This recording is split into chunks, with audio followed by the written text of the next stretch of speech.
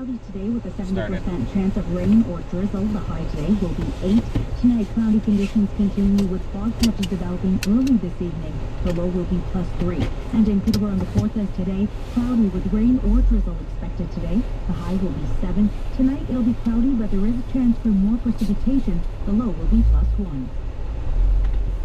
This is CBC Radio 199.1 in Toronto. I began as a laborer, as a truck driver on the North Shore. My father was a unionized electrician. Then I worked my way up and became a lawyer and a royal commissioner, charged with cleaning up crime and violence in the Quebec construction industry. I was then asked to take over a company that was in pretty bad financial shape. We enhanced productivity. We made a profit. Well, what message can Canadians take from that experience? Competence. Knowledge of the real problems of the real world. Someone who has had hands-on, not theoretical knowledge learned from speeches or books. Hands-on, real serious, dealing with real serious problems that affect the lives of real people. And that's what's lacking in Ottawa.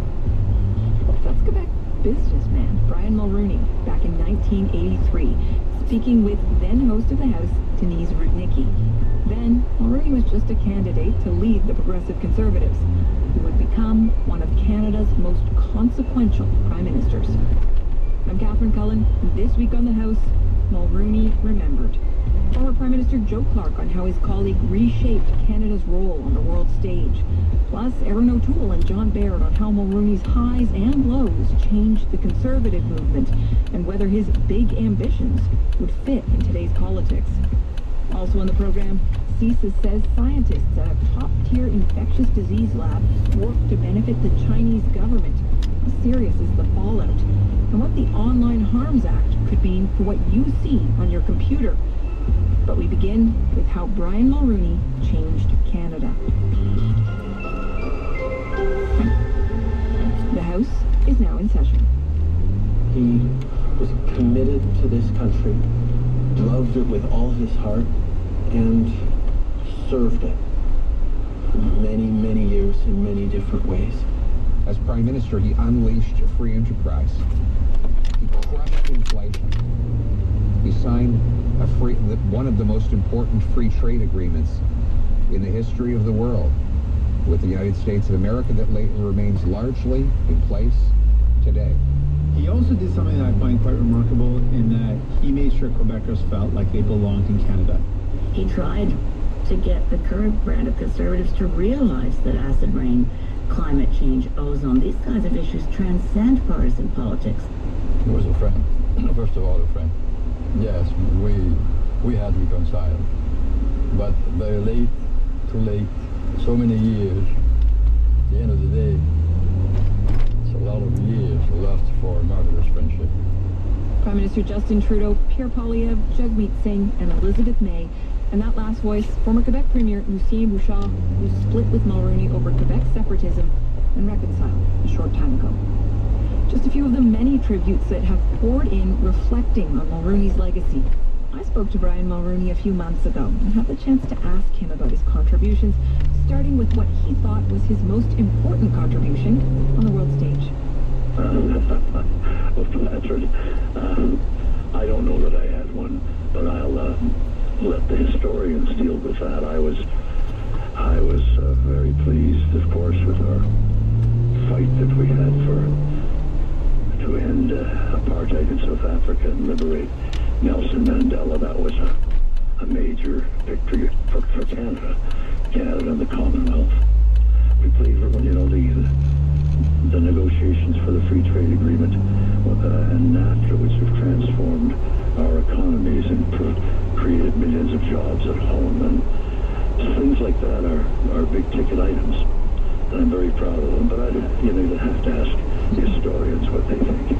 I'm hoping you'll indulge me with one more question about your own record, because you did experience such incredible highs and lows at times, and I wonder what lesson can be taken from that, what lesson you would pass on to other leaders about your domestic political experience. Yeah, well, it's exactly what you said. There are going to be good days and bad, and you're going to be subject to enormous criticism.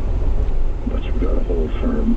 If you believe in what you're putting forward and what you're saying, then you have to keep steady. Look, just go back to 1988. I just about got lynched in the free trade agreement. The liberals and the NDP and the media and the universities and everyone was opposed to me. But here, if you look at it today, there was a recent poll earlier this year where, 92% of the NDP were in favor of NAFTA, and the liberals were 91%. I think that the conservatives were 89%. So things change. If you think you're right, and it's in the long-term interest of Canada, not popular, but in the long-term interests of Canada, for our children and our grandchildren, if you do it with that in mind, and you hold firm against the criticisms and the attacks, then you're going to be rewarded 25 or 30 years later. One person who had a remarkable relationship with Brian Mulroney, first as a leadership rival, then as close colleagues, was former Prime Minister Joe Clark. I'm very pleased to have him in studio. Mr. Clark, thank you so much for coming in. Thank you.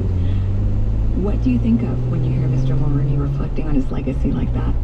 He's more modest than he should be. One of the things that was interesting about Brian around the table, international tables, the G7, other things, was that he was not obstreperous, but when he made a point, he was listened to. And that was partly because in the international scene as well as at home, he worked hard at his relationships. He came to know people. He came to know the things that interested them. He came particularly to know the things that interested both of us. And so his interventions almost always had weight. That was the case in South Africa, of course, where he had a very strong relationship with Nelson Mandela and with others. But it was also the case in a multitude of other fora. We've heard that Mr. Poilievre, the Prime Minister, have often sought his advice in recent years. What was it, do you think, about him and his advice that made it valuable even now? Well, I think that I don't want to demean other conversations. It's natural enough that a serving leader would want to make reference to a highly successful former leader. And Brian would have been courteous, and he would have had those conversations. The times were different then. I think the parties were different then. I've reflected often on the fact that Mr. Mulroney and I came into politics at the same time under John Diefenbaker. And what Mr. Diefenbaker's theme was, which caught the country and caught the two of us, was that he had a positive vision. His emphasis was vision, not division. And that is a difference between those times and these times. I think that Brian would have been alarmed at the extent of division that now populates our country. And he would have probably offered good advice to people who were in the field now as to how they should respond to that. He was a remarkably positive person, but he was also, and one overlooks this about leaders, he was a very hard-working person, to the point that even when we were still in office, I sometimes worry about his health. He'd been up reading his briefs. He ran a cabinet, but he had to know where people were coming from. He did that extremely well. Well, let's talk a little bit more about leadership. You were a minister in his government for 8 years. Can you give me an example or a story of what he was like as a political leader? Well, one of the things that always struck me was that he would have a fair number of meetings in his office without an agenda.